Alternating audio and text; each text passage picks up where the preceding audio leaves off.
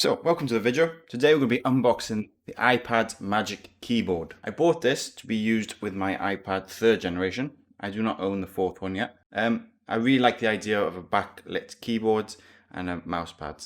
And my iPad is my main portable device to use. So, let's open it up. I've already taken the cellophane off.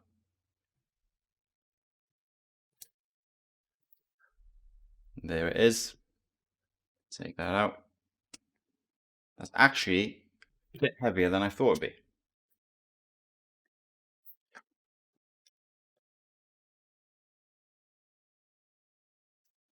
This away.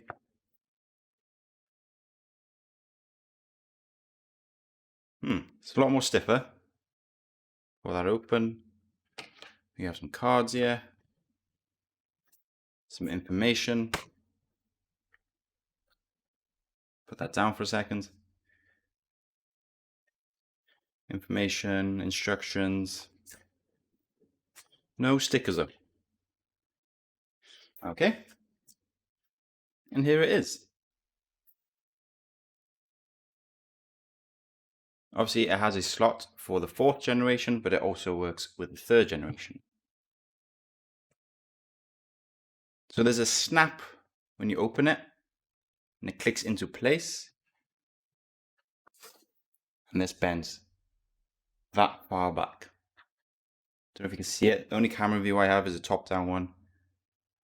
So I'm going to get my iPad and see how it looks. So it should be the same as the old one, magnetic, clips on. And there we go. The backlight is on. I don't think there's any way to adjust it. Everything works just as it's supposed to. The main benefit of this keyboard is the backlight, the touchpad, and an actual keypad. Also, there's a lot more viewing angles. When I say a lot more, there's more than the old one, which only had 2. But you can lean it a lot more forward and hold it there. That's how far back it goes. From my angle point of view, it seems fine. If I want to close it, clips into place like that and push it down. Perfect. The weight of it is definitely heavier. It feels more like a laptop weight. I'm sure I read online that the keyboard's heavier than the actual iPad itself. So I might as well show with the pencil on. Yeah, it's a very same material as the old one. Hang on, let me go and get the old one actually. I don't know if you'll be able to see on camera. I guess so. It is just a lot more. You can see fingerprints on this and it grabs dirt a lot easier. This doesn't stay up at all. But what this one can do is fold all the way around. So you can use it as normal.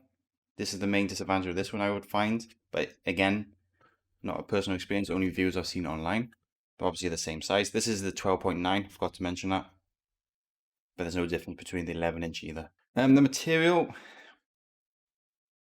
I don't know if that feels more grippier than this one because it's been used more. And most probably is because of that.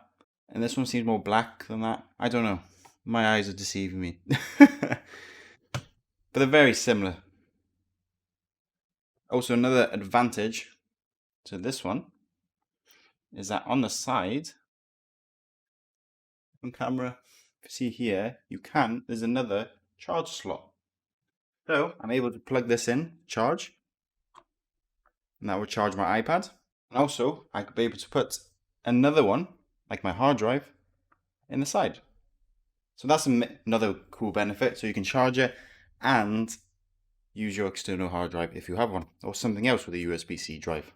I have seen a lot of people's views about the keyboard suggesting that it could be just used as just a keyboard, like a place to work when you sit down, and when you're not using a keyboard, you can easily just take this off and take it away with you to do some drawing or whatever you like.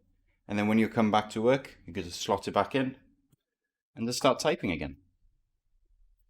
Which I like the idea of, and that's how I work. To be honest with you, when I did use this, let me get rid of that. I didn't really like working with it when it was back like this and holding the keyboard in the back.